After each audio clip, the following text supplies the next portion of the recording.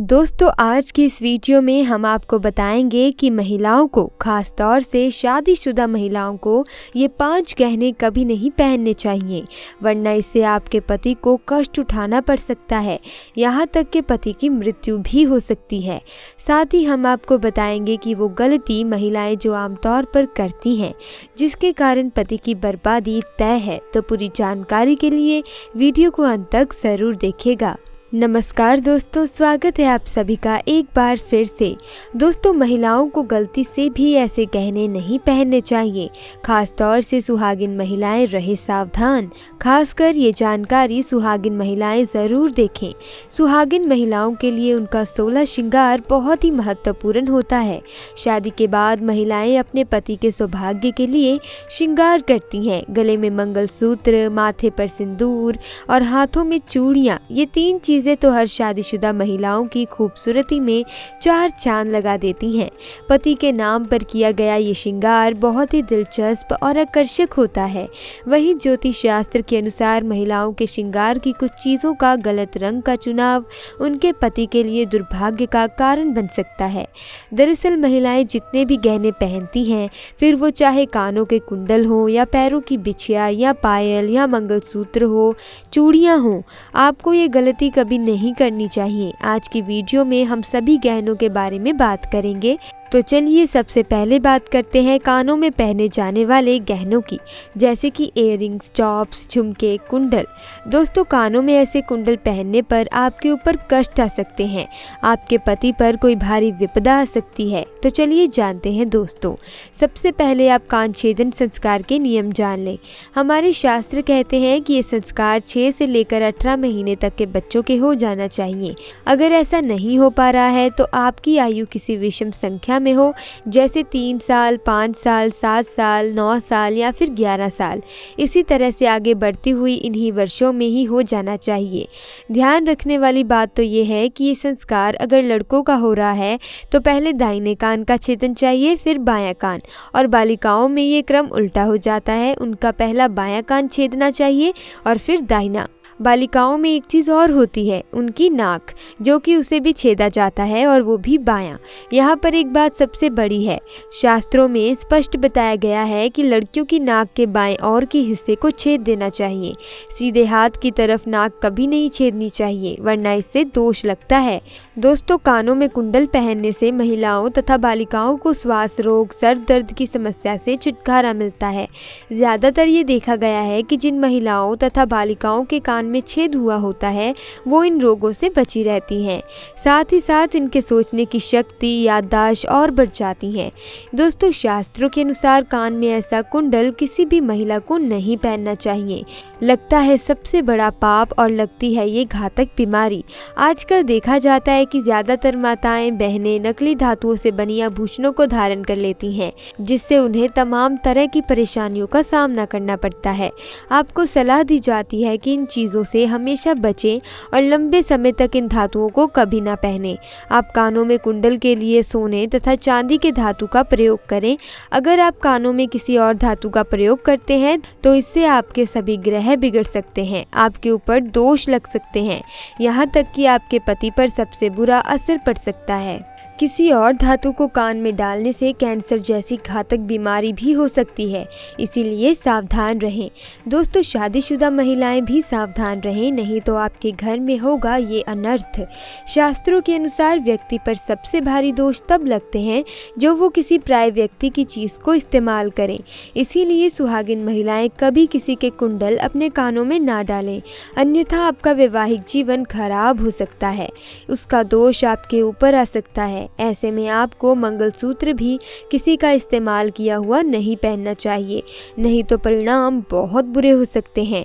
इसीलिए अपना वैवाहिक जीवन कभी भी खराब ना करें।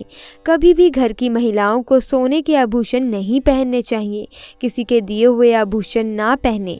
दोस्तों, विवाहित महिलाएं पैरों में बीच की 3 उंगलियों में बिछिया पहनती हैं। ये गहना सिर्फ साज श्रृंगार की वस्तु नहीं है। बिछिया शास्त्रीय दृष्टिकोण से जितना ज़रूरी है दोस्तों, उतना वैज्ञानिक दृष्टिकोण से भी अच्छा है, क्योंकि ये तो साइंटिफिकली प्रूवन है कि दोनों पैरों में बिछिया पहनने से महिलाओं का हार्मोनल सिस्टम सही रूप से कार्य करता है। बिछिया पहनने से थायराइड की संभावना कम हो जाती है। गर्भाशय में समुचित रक्त संचार प्रवाहित होता है। चलिए अब आपको बताते हैं कि कैसी बिछिया आपके लिए अच्छी है और कैसी बिछिया आपको नहीं पहननी है। दोस्तों, सोने के आभूषण कभी भी कमर के नीचे नहीं पहनने चाहिए, ये तो हम सबको पता है। पर साथ ही इस बात का ख्याल रखें कि कभी भी आपको ढीली बिछिया भी नहीं पहननी चाहिए जो आपके पैर से निकल रही हो बार बार। ऐसी बिछिया ना पहने, क्योंकि माना जाता है कि इससे पति पर कष्ट बढ़ते हैं। तो अगर ऐसी बिछिया आपने पहनी है तो अच्छा होगा कि इसे आप तुरंत बदल दें। और वैसे भी दोस्तों, ढीली बिछिया गुम होने का भी डर रहता है, हो सकता है निकल कर कहीं गिर जाए, तो ऐसा बिल्कुल भी ना करें। जब अगर आपकी बिछिया गुम हो जाती है तो ऐसे में माँ लक्ष्मी नाराज हो जाती हैं, जिसका सीधा सीधा असर आपके घर की आर्थिक स्थिति पर पड़ता है और आपके पति को भी कारोबार में दिक्कतें उठानी पड़ती हैं। तो इसीलिए आप सावधान रहें, ये गलती ना करें। तो चलिए अब आपको बता दें कि आपको कैसी बिछिया पहननी चाहिए। तो दोस्तों, पैरों में हमेशा चांदी की बिछिया पहने, और ये बिछिया अगर मछली के आकार की हो तो सबसे ज़्यादा असरदार मानी जाती हैं। मछली का आकार मतलब बीच में गोलाकार और आगे पीछे कुछ नोकदार सी, और घुंघरू वाली बिछिया पहनेंगे तो माना जाता है कि इससे माँ लक्ष्मी अति प्रसन्न होती हैं। दोस्तों, आपने देखा भी होगा कि घर में बड़े बुजुर्ग भी जो पायल या बिछिया पहनते हैं वो घुंघरू वाली होती है, क्योंकि घुंघरू की आवाज़ माँ लक्ष्मी को आकर्षित करती है। ऐसे घरों में माँ लक्ष्मी स्थायी रूप से वास करती हैं। दोस्तों, गहनों की तरह कपड़ों का भी संबंध व्यक्ति के किस्मत से जुड़ा है।